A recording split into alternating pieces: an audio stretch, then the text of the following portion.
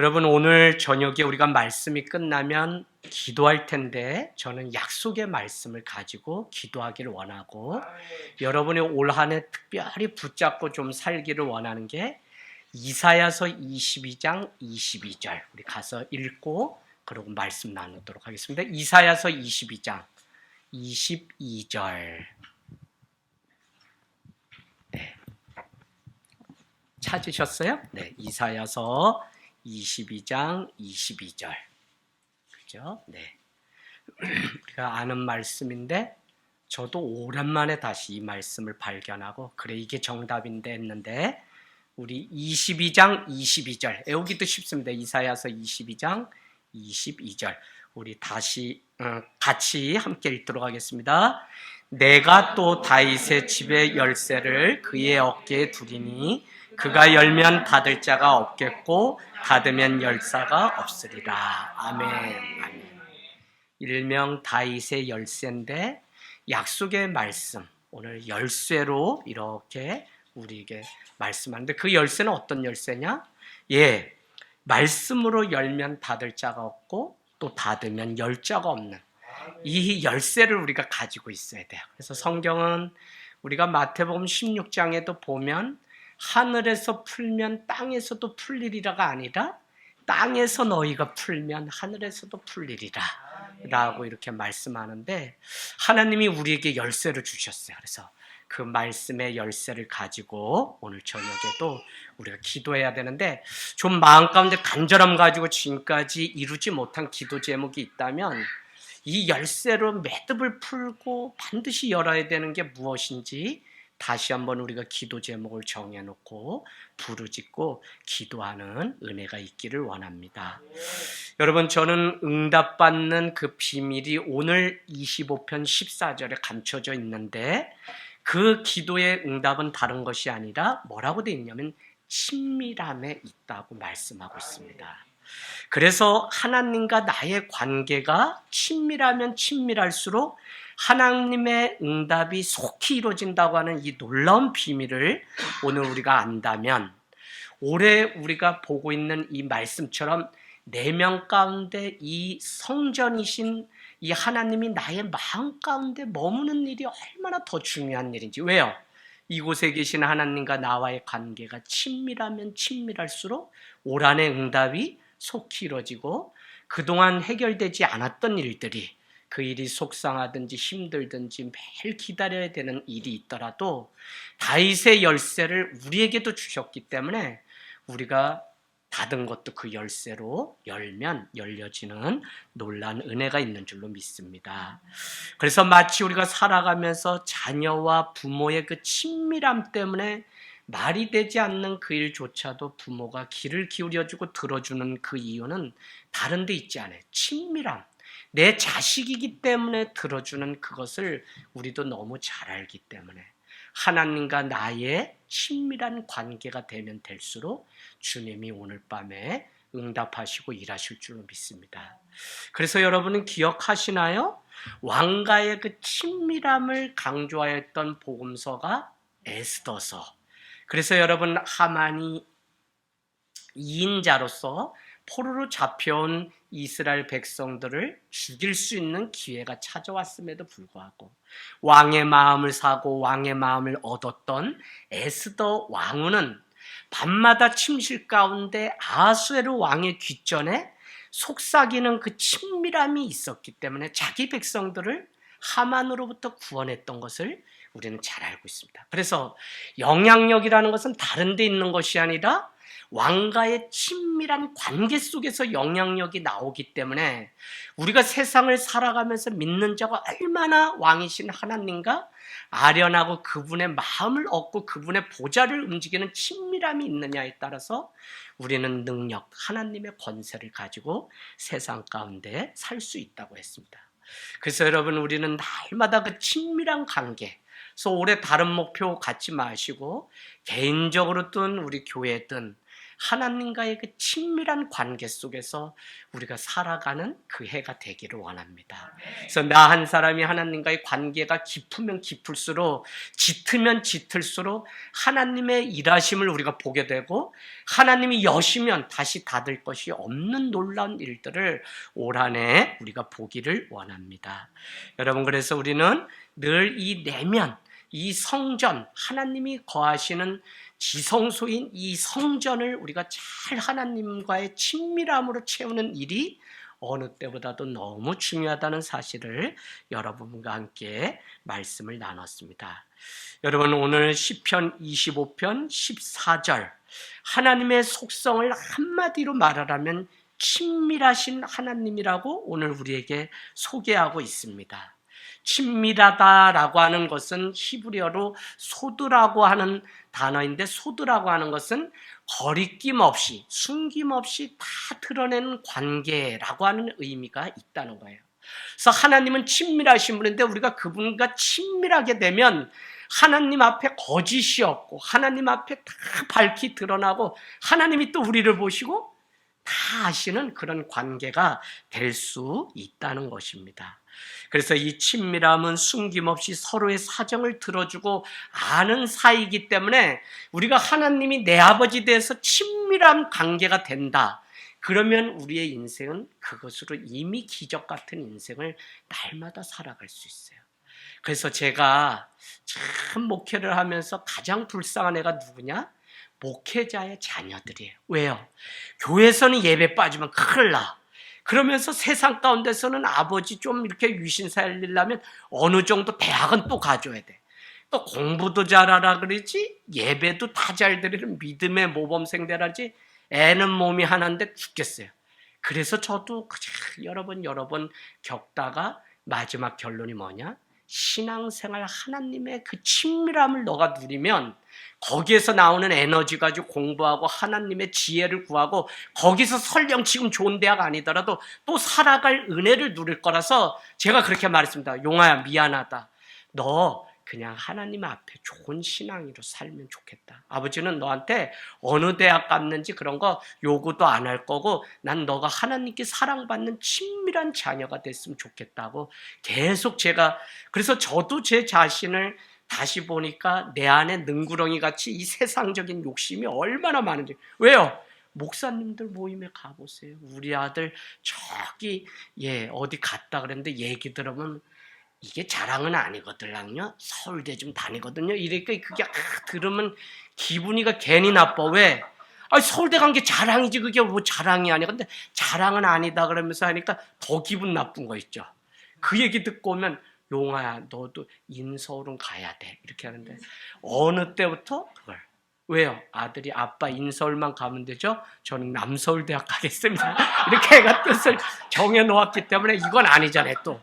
그래서 그거 아니라고 했더니 애들이, 아들이 또 성남에 가면 동서울대학이 있는데 동서울대학을, 아니, 그래서 이거저거 붙이지 말고 그냥 갈 수 있는 대학 가고 어쨌거나 하나님 앞에 믿음의 사람으로 너가 살면 좋겠다 했던 것들이 있습니다. 여러분, 저도 목회자로 살아가면서 가끔은 사람 때문에 시험에 든다면 사람이 아니라 하나님께만 좀 토로하고 싶은 기도 제목들이 제 안에 있지 왜 않겠어요? 어떨 때 부모와의 관계 속에서도 답답하면, 부모님도 내 이 속마음을 몰라주고 오해하고 이러면 그냥 하나님께만 와서 토로하고 싶은, 그래서 이게 믿음 생활 또 살면 살수록 하나님이 저를 계속 다듬는 훈련이 뭐냐면, 그 속에서도 사람이 아니라 하나님과의 친밀함 속에 더 깊이 들어가기를 원하는 것들을 보면, 결국은 하나님과의 친밀함이 우리 인생의 승부를 가르는 아주 중요한 것입니다. 승준이 할렐루야. 승준이가 예배 후기를 아주 얼마나 장황하게 썼는지 몰라요. 여러분 꼭 한번 아무나 볼 수 있으니까 한번 보시면 좋을 것 같아요. 어쨌거나 고3이지만 하나님 앞에 내가 뜻을 정하고 그분 앞에 기도하면서 이 친밀함. 그러면 승준이가 잘해. 시골로 만약에 학교 간다, 그럼 저는 우리 교회가 신앙장학금이기 때문에 승준이에게 주고 싶어요. 그래서 괜한 말이 아니라 어쨌거나 우리가 믿음 생활하면서 가장 중요한 것은 하나님과 이 친밀함이 해결되면 거기서 매듭이 풀려지고 거기에서 천국을 여는 열쇠를 얻게 되기 때문에 우리는 보나마나 승리한 인생을 살게 된다는 것입니다.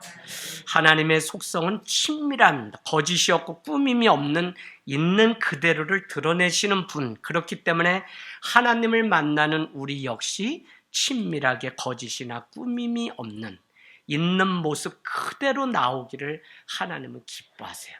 그래서 우리는 이렇게 얘기할 수 있죠. 내 사정이 더 나아지면, 내가 돈을 좀 벌면, 내가 자식돌이 하게 되면 고향의 부모님을 찾아온다고 하지만 그런 인간적인 관계가 아니라 하나님의 있는 모습 그대로 친밀하기 때문에 주님 앞에 나와서 토로하기를 원하는 것을 보면 하나님보다 좋은 분이 없다는 사실을 늘 살면서 더 고백하고 느끼게 됩니다. 언제나 나의 등 뒤에서 등을 떠밀어 주시는 이 하나님이 내 삶의 영향력이 되고 이것이 힘이 되고 파워가 돼서 세상에 똑같이 살고 똑같은 직장을 먹고 사는 것 같지만 하나님의 존귀한 사람으로 세상을 파송받아서 우리가 살아가는 이 지혜. 그래서 여러분 저는 공부를 많이 하고 이것도 아니더라고요. 하나님이 지혜를 주신 그것 가지고 살아가는 사람들을 보면 그 사람을 이길 방법이 없어요.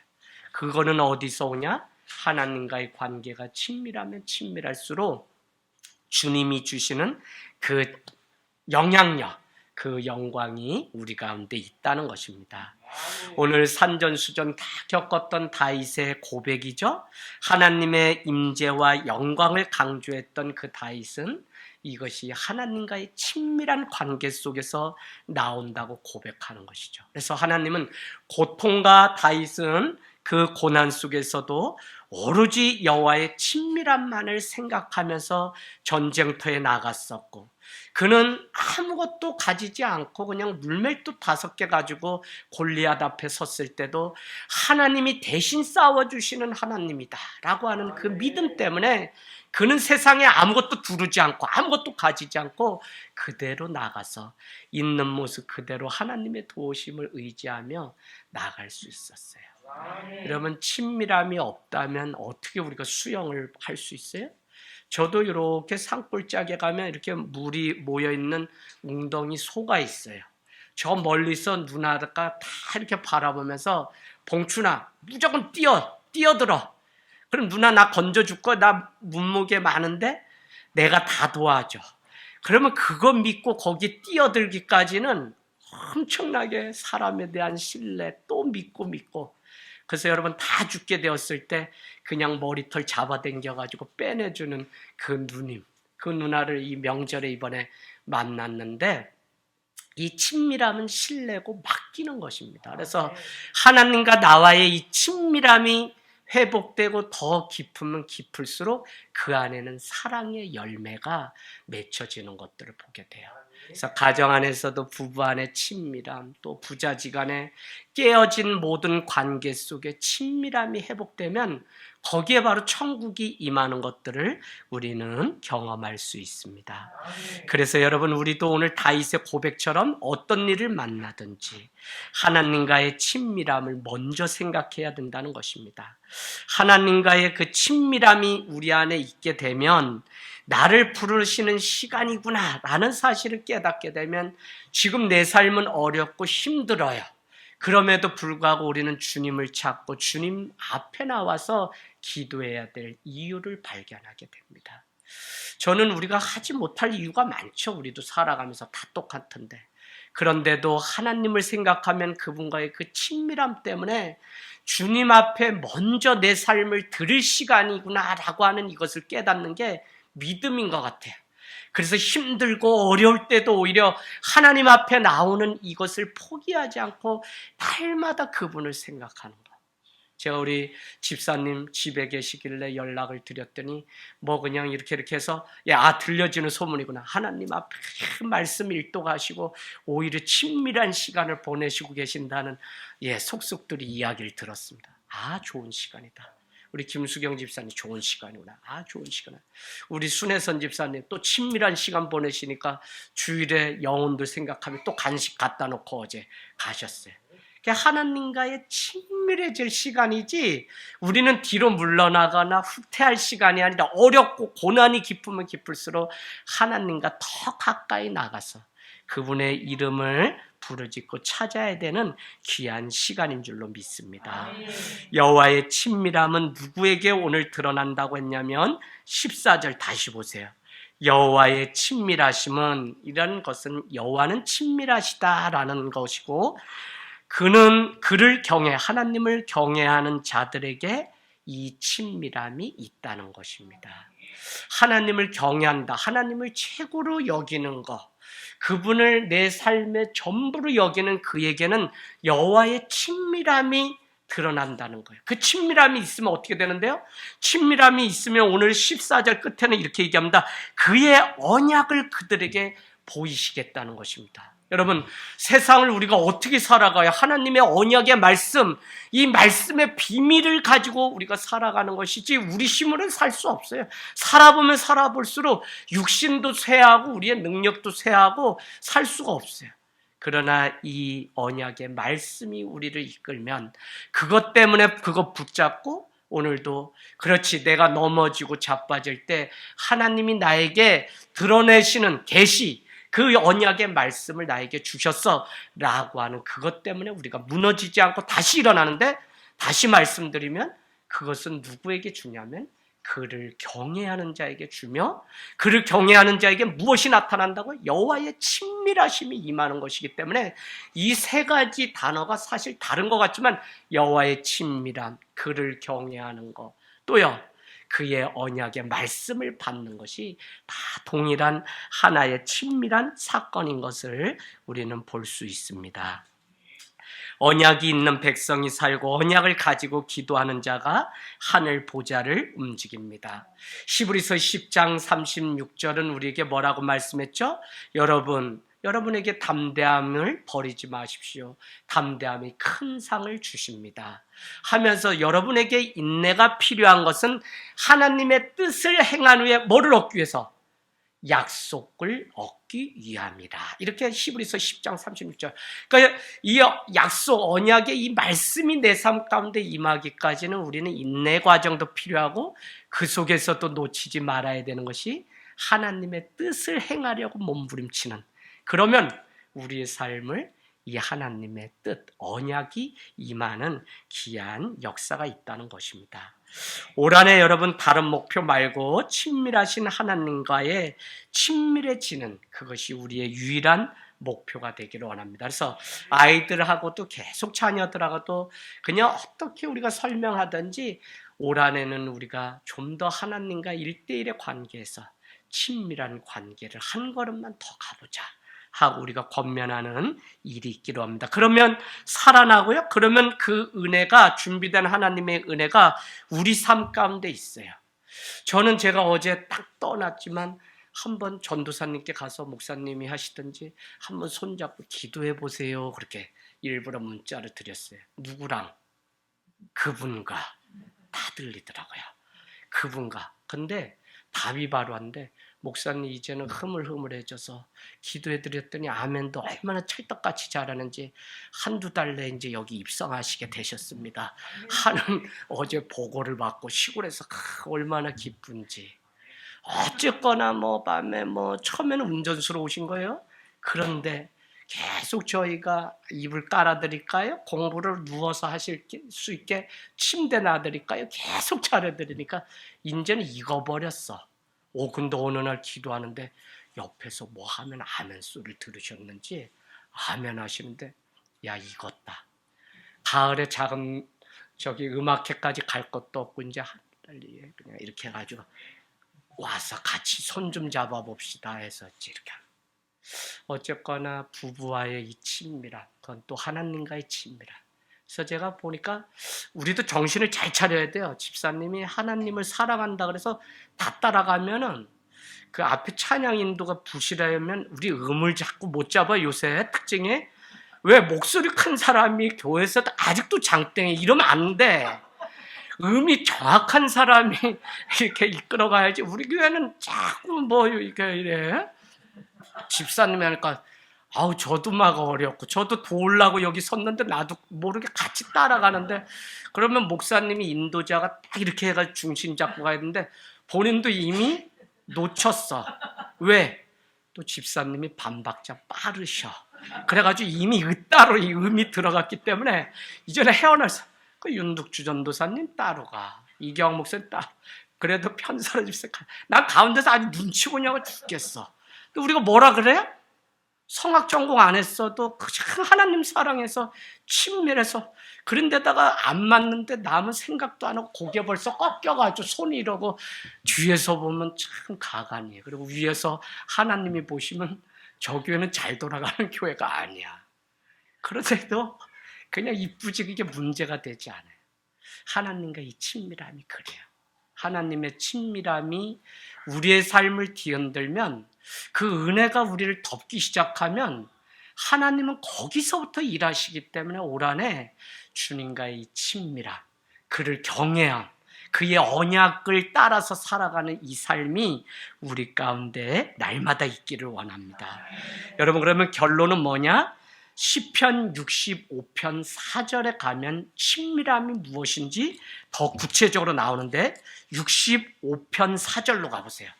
제가 이 말씀을 딱 보면서 너무 좋더라고요. 65편 4절. 네. 65편 4절. 네. 자, 우리 같이 읽습니다. 주께서 택하시고 가까이 오게 하사 주의 뜰에 살게 하신 사람은 복이 있나이다. 우리가 주의 집 곧 주의 성전의 아름다움으로 만족하리이다. 아멘. 아멘. 여러분, 네 가지가 나옵니다. 주님과의 친밀한 삶은 먼저 주께서 택하신 사람이라는 거예요.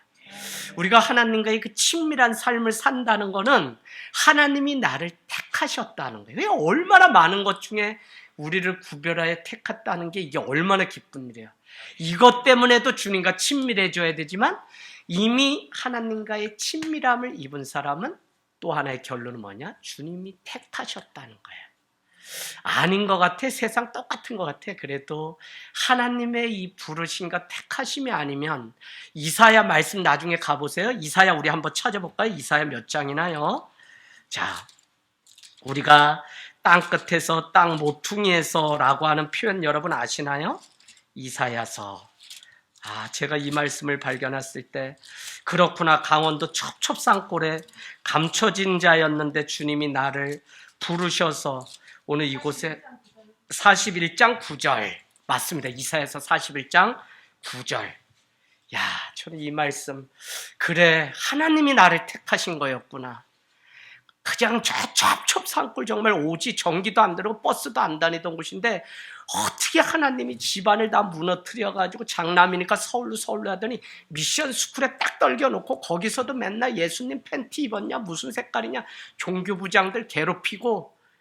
제가 괴롭혔던 사람이 누구냐면 교목 역할을 하시던 윤리 선생님인데, 제가 하도 괴롭히니까 이분이 마음에 고민이 됐어요. 어떻게 변증해야 될지 몰라서 선생님을 때려치우고, 이경학 목사님도 배웠는데 가르쳤던 김남복 선생님인데, 결국 정답을 주기 위해 신학을 공부하시고 지금은 목사님이 되셔서 스승의 날이면 매일 선생님, 목사님하고 제가 두 가지로 윤리 시간에 매일 예수 믿어야 된다 그러시고 늘 그러셨는데, 결국 목사님의 남서울교회 아주 대단하세요.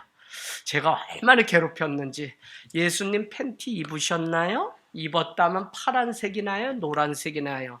선생님은 보셨나요? 담임 선생님인데 얼마나 괴로웠으면, 결국 쟤한테 대답하려면 그냥 내가 신학을 공부해야 되겠다 해서 신학교가 지금은 아주 훌륭하신 목사님이 되셨습니다. 우리 같이 읽겠습니다. 시작. 내가 땅 끝에서부터 너를 붙들며 땅 모퉁이에서부터 너를 부르고 내게 이르기를 너는 나의 종이라. 내가 너를 택하고 싫어하여 버리지 아니하였다 하노라. 두려워하지 말라. 내가 너와 함께함이라. 놀라지 말라. 나는 내 하나님이 됨이라.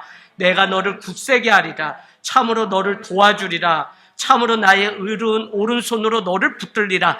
쭉 가는 게 약속이 뭐냐면 이유는 한 가지야. 너가 땅 모퉁이 땅 끝에 있을 때 내가 너를 지명하여 불렀기 때문에, 택하였기 때문에 두려워하지 말고 놀라지 말고 내가 너를 붙드심이라고 주님이 우리에게 계속 약속해요.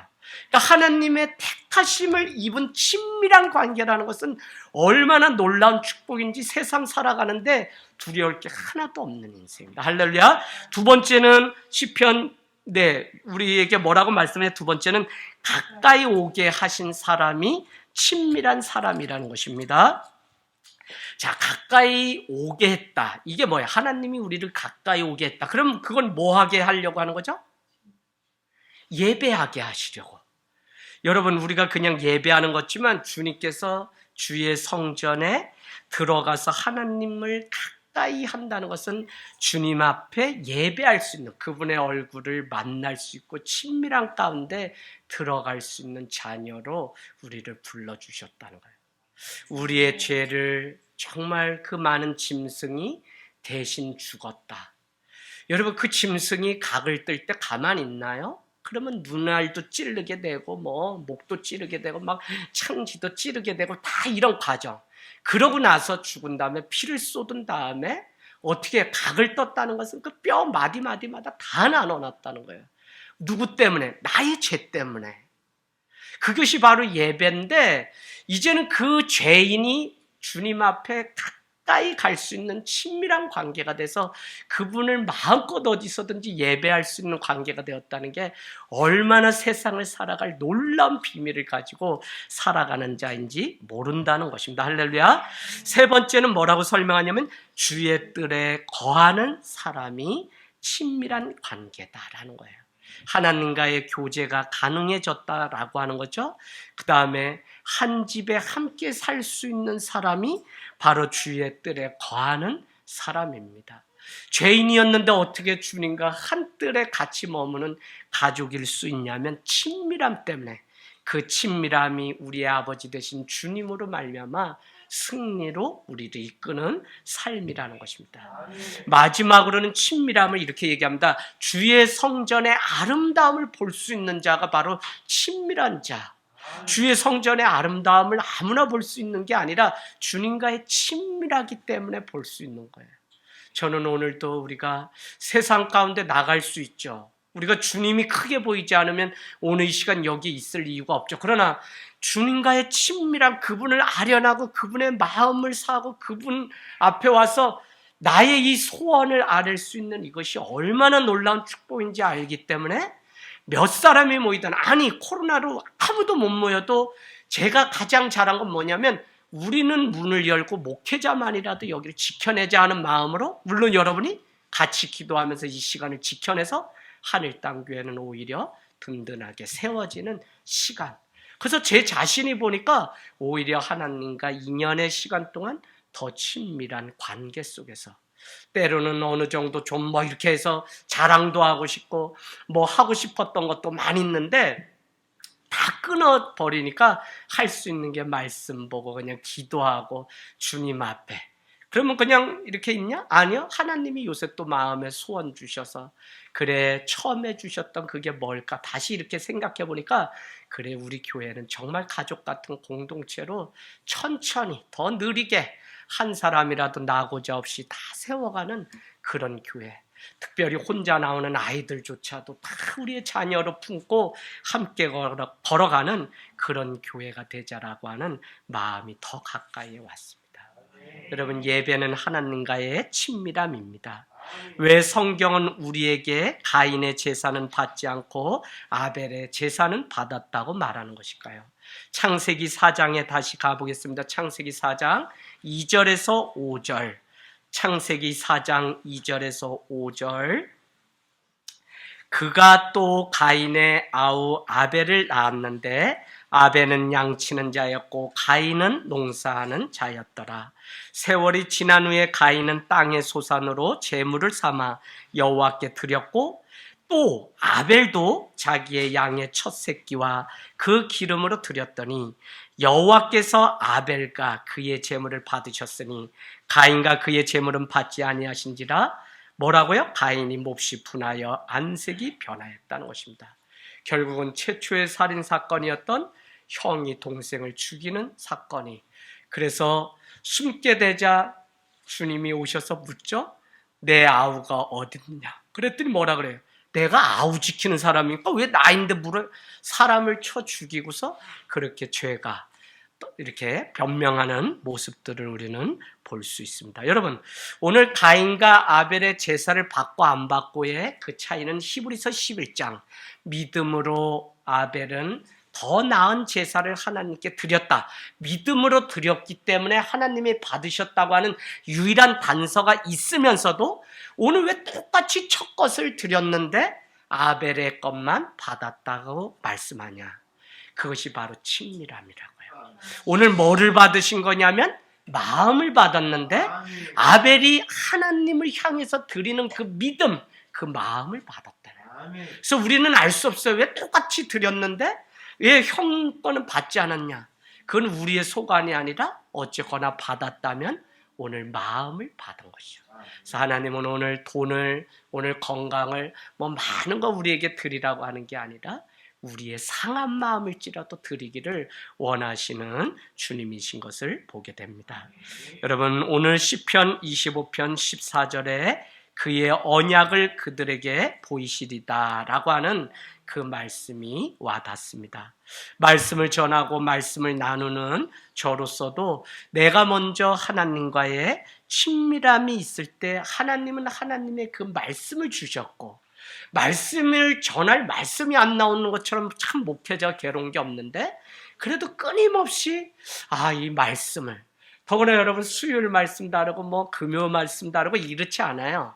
우리 교회 보면 다 새끼줄처럼 주의 성령이 우리 교회를 사랑하는 증거가 말씀을 주시는 것인데, 그 말씀이 다 그래서 내면을 가꾸면 생각과 마음을 관리하는 일이고, 결국 나중에 저도 여러분께 설교했지만 언어의 영성, 말을 우리 목사님이 했고, 저는 그러려면 친밀함 다 연결돼서 말씀이, 그래서 무슨 의도를 가지고 하는 건 아닌데 우리의 마음이 하나님과 올 한해는 더 아름다운 열매를 맺고자 하는 간절함이 우리 안에 있으니까 새끼줄처럼 자꾸 말씀을 연결시켜주는 것들을 저는 느끼게 됩니다.